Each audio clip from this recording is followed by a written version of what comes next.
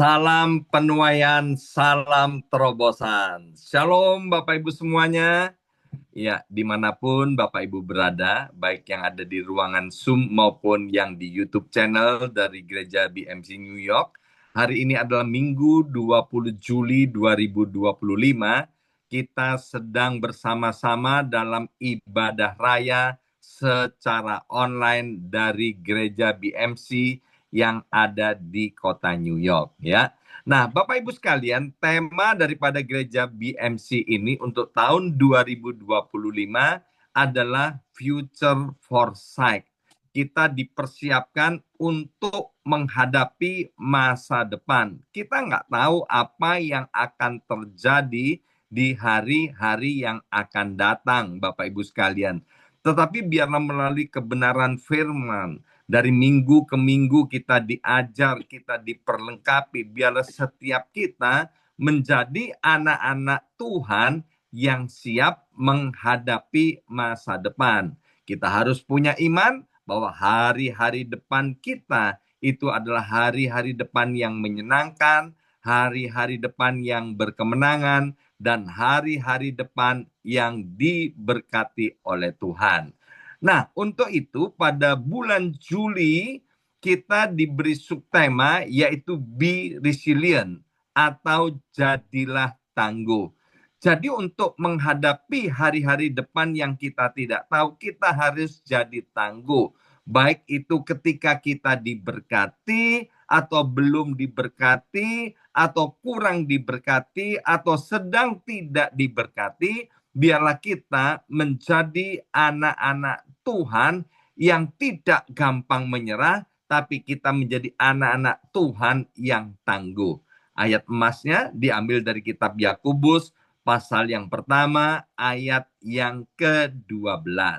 Demikian bunyi firman Tuhan, berbahagialah orang yang bertahan dalam pencobaan. Dalam terjemahan NCV, orang yang bertahan dalam pencobaan disebut sebagai still continue strong. Sebab apabila ia sudah tahan uji, ia akan menerima mahkota kehidupan. Dalam terjemahan lain dikatakan mahkota kemenangan yang dijanjikan Allah kepada orang-orang yang mengasihi Dia. Nah, Bapak Ibu sekalian perhatikan ayat ini. Kalau kita mengasihi Tuhan, Tuhan tidak pernah berjanji bahwa kita tidak akan mengalami pencobaan atau kita tidak akan mengalami ujian.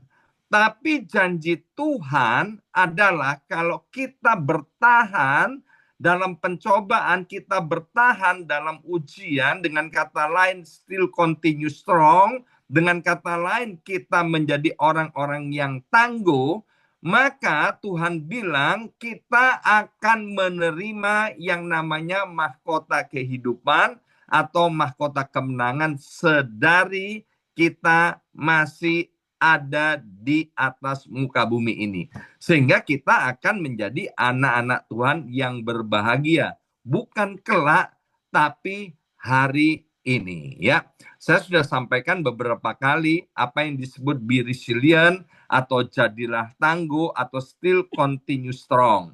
Arti daripada jadilah tangguh adalah sikap hati yang tetap kuat meskipun terluka, tetap berdiri meskipun dihantam atau mengalami yang namanya badai, dan tetap percaya kepada Tuhan meskipun belum melihat jawaban daripada doa-doa kita, tetap percaya meskipun belum melihat janji-janji Tuhan digenapi dalam hidup kita, dan tetap percaya meskipun kita belum melihat pertolongan Tuhan atas kita. Nah, di dalam Alkitab ada seorang tokoh yang tidak banyak bicara, juga aksinya tidak spektakuler, tapi ketangguhannya luar biasa. Orang Surabaya bilang ciami, ya. Dia adalah Ishak. Cucu saya juga diberi nama Ishak, Bapak Ibu sekalian, tepatnya Jedediah Isaac Wiranegara, ya. Arti daripada Ishak adalah tertawa gembira karena penggenapan janji Tuhan.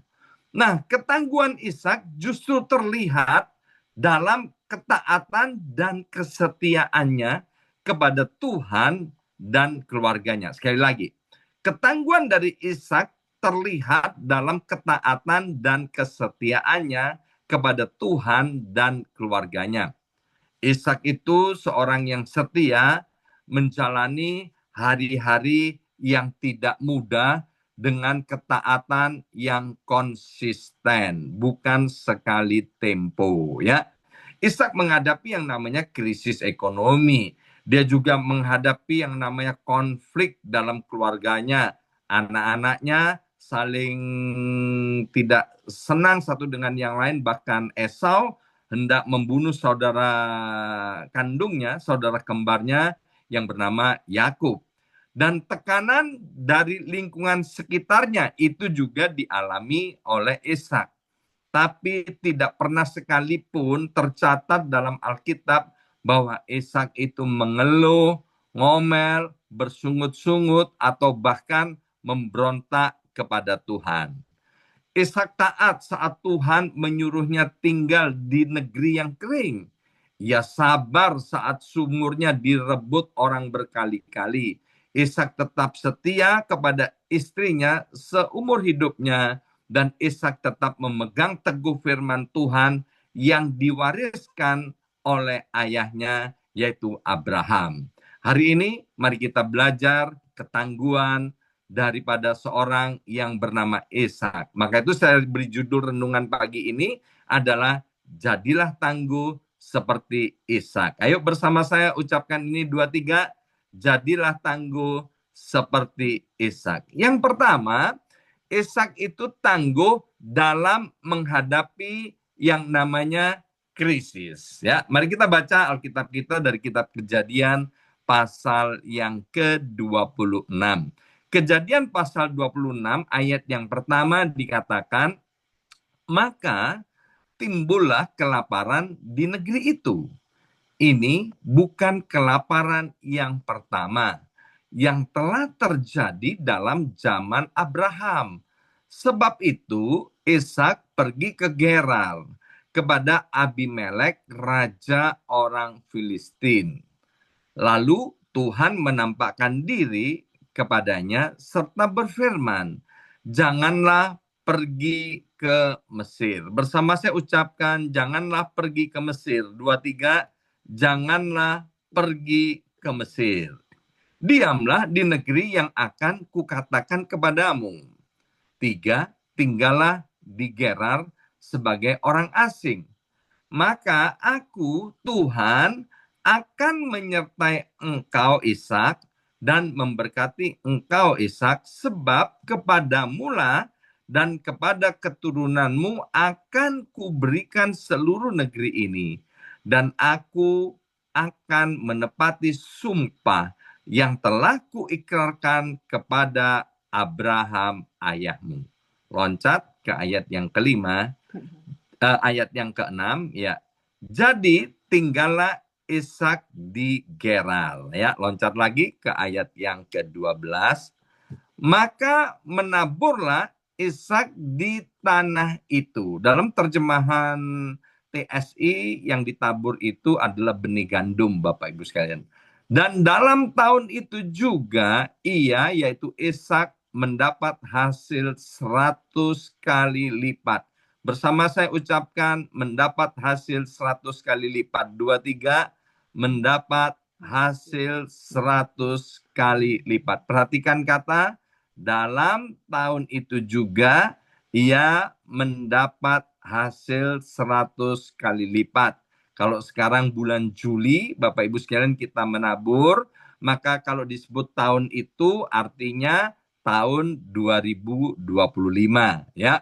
Itu mendapat hasil 100 kali lipat pada tahun di mana Ishak menabur benih gandum. Mengapa Ishak mendapat hasil 100 kali lipat? Ayat ini berkata, ayat yang ke-12 tadi, sebab ia diberkati oleh Tuhan. Ayat 13, Dan Ishak menjadi kaya, bahkan kian lama kian kaya, sehingga ia menjadi sangat kaya. Saya suka banget dengan ayat ini, dan saya harap Bapak Ibu juga suka dengan ayat ini, ya. Ishak menjadi kaya, bahkan kian lama kian kaya, sehingga ia menjadi sangat kaya. Kalau Bapak Ibu punya iman, boleh ayat ini ditulis pakai tangan di kertas yang cukup besar dan ditaruh di tempat-tempat di mana mudah dibaca, dan kata Ishak diganti dengan kata kita masing-masing. Misalnya, ya, nama saya Yosua, saya ganti begini. Dan Yosua menjadi kaya, bahkan kian lama kian kaya, sehingga Yosua menjadi sangat kaya. Ayat ini menjelaskan kepada kita bahwa Tuhan tidak anti dengan orang-orang yang kaya. Tuhan senang kalau kita ini menjadi anak-anaknya yang kaya. Bahkan kian lama kian kaya dan menjadi sangat kaya. Dalam kitab Amsal dikatakan berkat Tuhanlah yang menjadikan kaya. Jadi seperti ayat yang ke-12 dikatakan tadi, maka Ishak mendapat hasil 100 kali lipat sebab ia diberkati Tuhan. Ada bagian kita yang harus kita kerjakan. Tapi ada bagian Tuhan di mana kita tidak bisa mengerjakannya, maka Tuhan akan mengerjakan bagi kita. Seperti kalau kita dalam ibadah onsite, kita sama-sama mendeklarasikan waktu persembahan, kita berkata pelanggan lama, pelanggan baru Tuhan datangkan, pelanggan lama tetap setia dan kita diberkati oleh Tuhan, ya. Jadi yang kita tidak bisa kerjakan yaitu mempertahankan pelanggan lama. Yang tidak bisa kita kerjakan yaitu mendatangkan pelanggan-pelanggan baru. Kita bisa mengerjakan apa yang terbaik yang bisa kita kerjakan. Dan Alkitab bilang hati raja ada dalam tangan Tuhan seperti batang air, dialirkan kemana Tuhan mau. Nah, Bapak Ibu sekalian, hati orang-orang itu ada dalam tangan Tuhan. Dan Tuhan bisa menggerakkan siapa saja untuk datang memberkati kita. Seperti yang sering saya sampaikan, ayat favorit daripada istri saya, Ibu Yongki, maupun ayat favorit dari keluarga kami, yaitu Yesaya 49 ayat 17. Orang-orang yang membangun datang bersegera, sementara orang-orang yang merombak pergi dengan sendirinya, meskipun tidak ada yang mengusirnya. Kembali kepada Ishak. Yang menarik dari Ishak, yaitu dia tidak boleh pergi ke Mesir seperti ayahnya. Ya, minggu lalu kita belajar tangguh dari bapak segala orang beriman, yaitu Abraham, ahli waris dunia. Ya, Bapak Ibu sekalian, kalau Bapak Ibu lupa bisa buka YouTube-nya, saya sudah sampaikan itu Bapak Ibu sekalian. Waktu terjadi krisis, Abraham pergi ke Mesir dan Tuhan tidak melarangnya. Dan kemudian Ishak mau meniru apa yang dikerjakan oleh ayahnya, yaitu pergi ke Mesir waktu terjadi krisis. Tapi Tuhan bilang, no, Ishak, jangan pergi ke Mesir. Ya, Tuhan melarang Ishak pergi ke Mesir. Artinya apa, Bapak Ibu sekalian? Setiap orang, setiap generasi harus belajar taat kepada Tuhan. Ingat, jalan Tuhan bukan jalan kita, cara Tuhan bukan cara kita. Jangan asal tiru-tiru apa yang pernah dikerjakan oleh orang lain atau meniru apa yang dikerjakan oleh nenek moyang kita. Yang penting di sini kita harus peka mendengar suara Tuhan, dan suara Tuhan itu apa untuk hari ini buat setiap kita.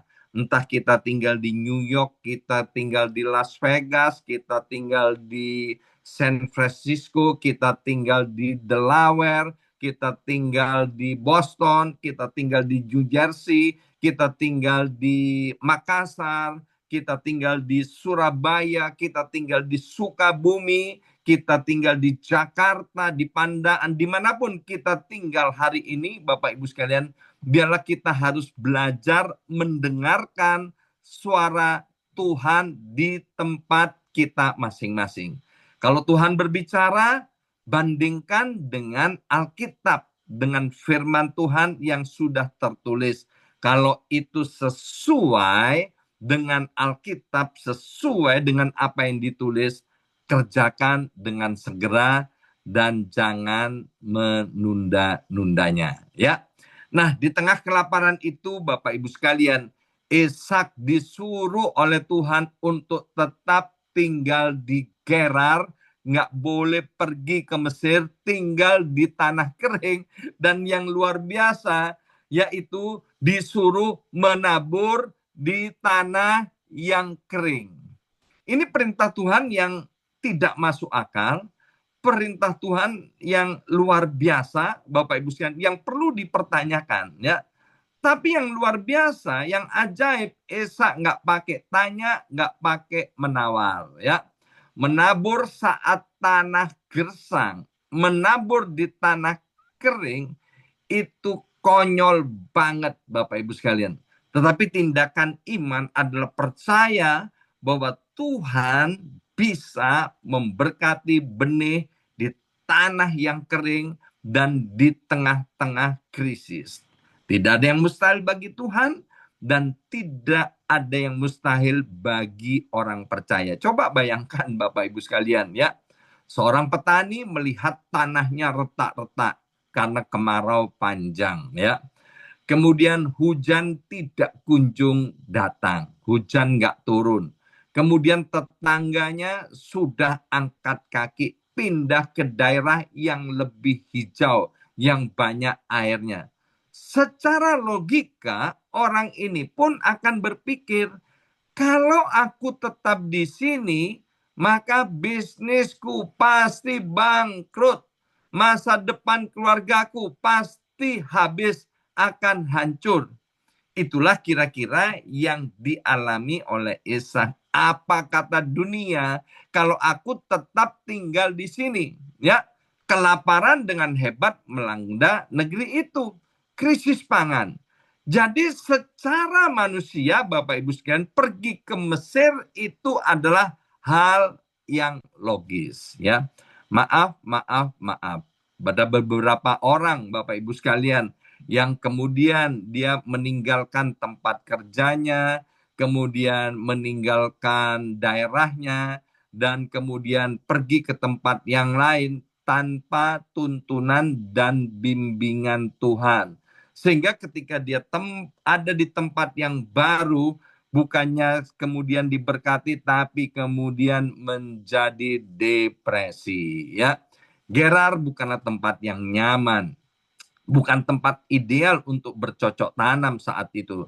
Tapi karena Ishak taat kepada Tuhan dan kemudian tinggal di Gerar atas perintah Tuhan, maka kemudian Ishak diberkati. Saya seringkali katakan bahwa di dalam ketaatan ada berkat dan di dalam ketidaktaatan yang ada adalah hukuman, Bapak Ibu sekalian. Nah, tadi di dalam Kejadian pasal 26 ayat 12 sampai 13 dikatakan bahwa Ishak itu mulai menabur. Kalau Bapak Ibu pelajari di dalam kitab Perjanjian Baru, juga dikatakan dalam Galatia pasal 6 ayat yang ke-7, jangan sesat, Allah tidak membiarkan dirinya dipermainkan, karena apa yang ditabur orang itu yang juga akan dituainya, ya. Waktu Ishak taat, hasilnya 100 kali lipat pada tahun itu juga. Kita tahu bahwa Yesus mengadakan mujizat dari 5 ketul roti dan 2 ekor ikan. Ya, bisa memberi makan 5.000 orang laki-laki dewasa dan masih ada lebihnya 12 bakul. 5 roti dan 2 ikan itu adalah benih. Bersama saya ucapkan benih. 2, 3, benih. Dalam Alkitab yang lain dikatakan bahwa Tuhan itu menyediakan benih bagi penabur dan roti untuk dimakan. Setiap berkat yang kita terima, Bapak Ibu sekalian, itu ada namanya benih, ada namanya roti. Kalau itu namanya roti, itu boleh kita makan. Tapi kalau namanya benih, please, please, please, jangan dimakan, tapi harus ditabur. Maka itu kalau kita taat dan percaya akan firman Tuhan, yang kita tabur itu pasti kita tuai. Waktu keluarga kami mengalami krisis pada tahun itu, ketika saya bertobat untuk kedua kalinya, kami tidak punya apa-apa. Yang ada adalah utang, Bapak Ibu sekalian. Harta yang paling berharga adalah cincin kawin, ya. Maka itu dengan iman, istri saya pergi untuk memasukkan cincin kawin kami berdua, dimasukkan ke kotak persembahan. Dan kemudian setelah itu, Bapak Ibu sekalian, seperti kata kitab Pengkhotbah, buanglah roti muka air, maka lama setelah itu kamu akan mendapatkannya kembali. Singkat cerita, akhirnya Tuhan memberkati apa yang ditabur. Ishak tangguh, bukan karena ia tidak mengalami krisis, tapi Ishak tangguh karena ia tetap percaya, ia tetap bekerja pada saat krisis, ia tetap menabur. Dan Tuhan tidak tinggal diam, ia memberkati dengan hasil 100 kali lipat. Hari ini, kalau kita sedang mengalami masalah dalam pekerjaan, di dalam keuangan, Bapak Ibu sekalian, ayo jadilah orang-orang yang tangguh. Tetap bekerja dengan rajin, bekerja dengan jujur, bekerja dengan penuh integritas, dan tetap menabur. Nanti Tuhan ada bagiannya untuk menolong kita dan memberkati kita berlimpah-limpah. Yang kedua, Ishak itu tangguh di dalam mencintai keluarganya. Bersama saya ucapkan tangguh dalam mencintai keluarganya. 2, 3, tangguh dalam mencintai keluarganya. Kejadian pasal 26 ayat yang ke-8. Setelah beberapa lama, ia, yaitu Ishak, ada di sana, yaitu di Gerar. Pada satu kali menjenguklah Abimelek, raja orang Filistin itu, dari jendela istananya. Ya, maka dilihatnya Ishak sedang bercumbu-cumbuan. Dalam terjemahan TSI dikatakan Ishak sedang memeluk dan meraba-raba Ribka istrinya. Ya, jadi waktu krisis, Bapak Ibu sekalian, jangan raba-raba istri orang, ya, jangan raba-raba wanita lain. Dalam keadaan diberkati, apalagi juga jangan, ya. Nah, Kejadian pasal 26 ayat yang ke-8 ini mengajarkan kepada kita bahwa Ishak di tengah-tengah krisis dan kelaparan serta ancaman konflik, Ishak tetap menunjukkan cintanya kepada istrinya, tetap menunjukkan keintimannya dengan istrinya. Ya, momen bercumbu-cumbuan dengan Ribka ini dilakukan oleh Ishak setelah Ishak punya anak 2 dan usianya bukan muda lagi. Artinya apa, Bapak Ibu sekalian? Biarlah usia perkawinan kita dan kemudian berapapun kita dikaruniai anak oleh Tuhan, janganlah menjadi penghalang untuk tetap intim dengan pasangan hidup kita masing-masing. Saya pernah kaget, Bapak Ibu sekalian, ketika seorang suami dari gereja lain, bukan dari gereja BMC ini, dia berbicara kepada saya, ya kan, karena dia sudah punya anak. Jadi pastor, saya ini yang penting sekarang kan istri, bukan istri, tapi anak-anak saya. Betul kan pastor? Betul kan pastor? Saya bilang, no. Kalau kamu sudah punya anak, itu karunia daripada Tuhan. Kamu tetap harus cinta kepada istrimu, karena istrimu itu sudah jadi satu daging dengan engkau. Engkau harus tetap menghormati, mengasihi istrimu. Bukan hanya anak-anakmu yang perlu diperhatikan, tapi istrimu juga harus dicintai, diperhatikan, dan dihormati. Ketika krisis terjadi, Ishak tidak mengabaikan keluarganya demi sibuk mencari solusi ekonomi. Bahkan di Gerar sebagai tempat yang asing, Bapak Ibu sekalian, Ishak tetap memelihara kehangatan relasi antara suami dan istri. Ya, saya ketemu dengan orang-orang yang rela meninggalkan istri dan anak-anaknya dengan alasan demi sesuap nasi, demi untuk mencari nafkah menghidupi keluarganya. Mari kita lihat di dalam 1 Korintus pasal 7 ayat yang kelima. Dikatakan begini, janganlah kamu saling menjauhi, kecuali dengan persetujuan bersama untuk sementara waktu, supaya kamu mendapat kesempatan untuk berdoa.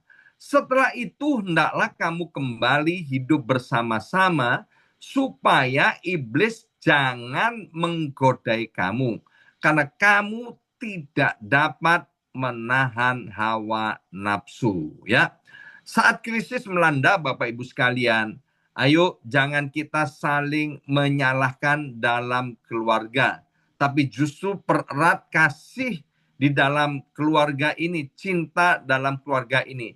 Jangan biarkan masalah uang, jangan biarkan masalah ekonomi, jangan biarkan masalah finansial, juga masalah kesehatan atau tekanan dari luar menghancurkan keintiman dan kasih di dalam keluarga.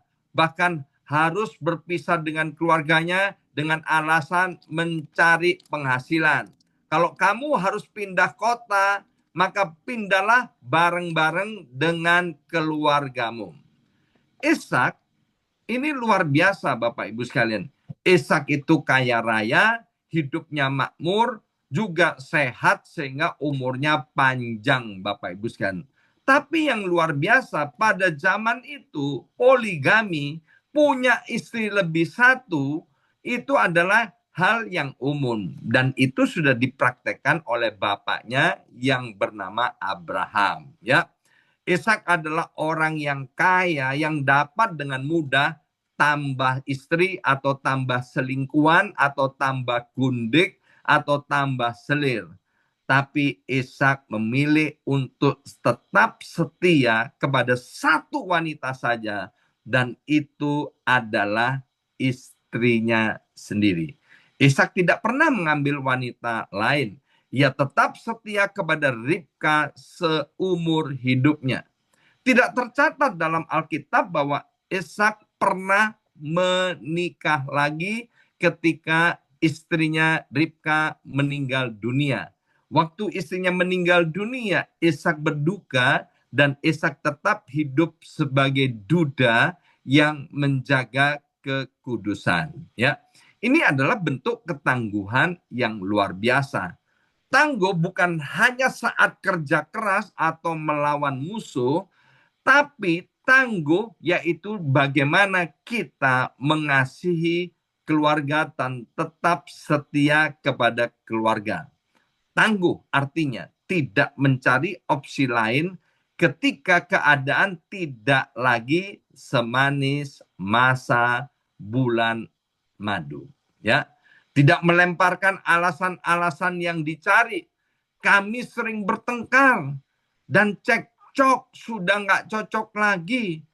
Aku sudah merasa tidak dicintai oleh pasanganku. Orang lain lebih memahami, lebih mempedulikan aku, lebih daripada pasanganku. Ketika pasangan sedang dalam tekanan, Bapak Ibu sekalian, tetaplah menjadi tempat yang penuh cinta, bukan kritik. Jangan tunggu keadaan sempurna untuk menunjukkan kasih. Justru saat susah adalah waktu yang terbaik menunjukkan kasih dan kesetiaan. Ya, istri saya adalah wanita yang berhati emas, itu luar biasa.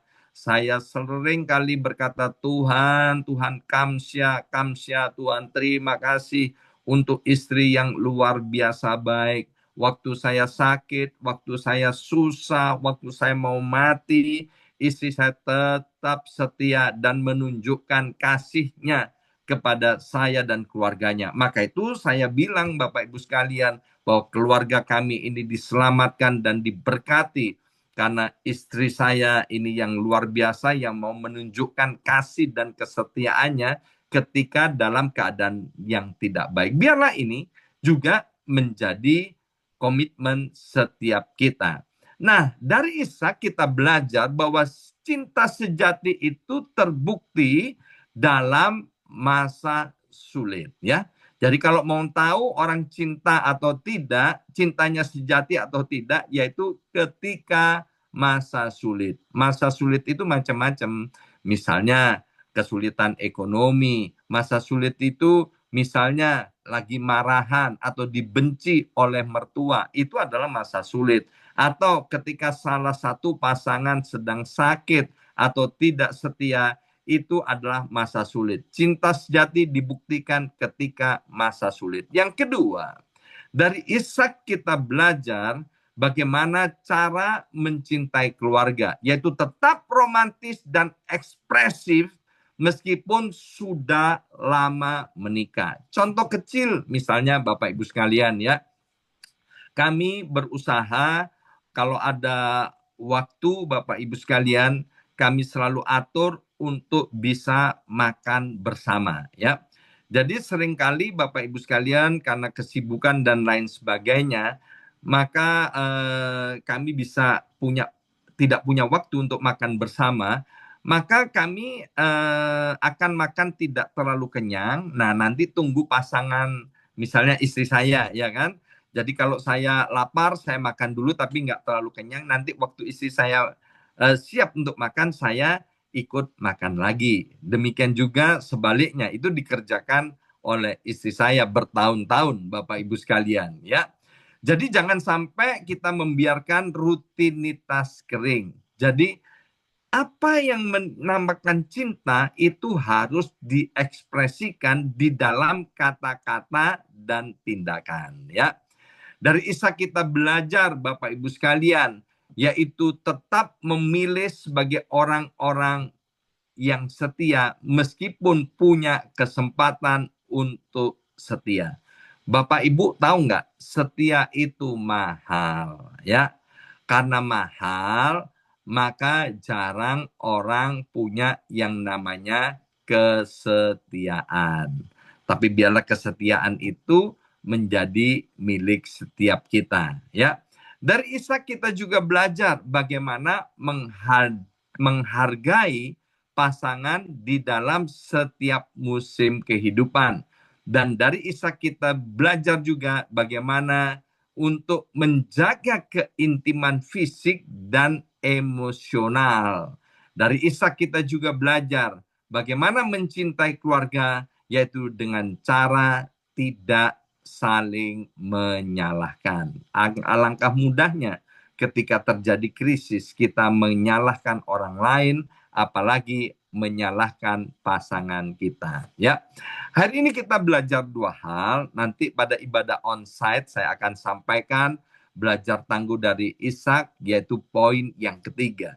Jadi bagi Bapak Ibu yang tidak sempat untuk mengikuti ibadah yang sore, nanti bisa mengikuti khotbah ini melalui siaran ulangannya di channel YouTube dari gereja BMC New York ya. Bapak Ibu sekalian yang dikasih oleh Tuhan, Tuhan baik, Tuhan mencintai, dan Tuhan mengasihi kita. Tuhan mau kita belajar tangguh seperti Ishak. Tangguh dalam menghadapi krisis, tangguh dalam mencintai keluarga kita masing-masing.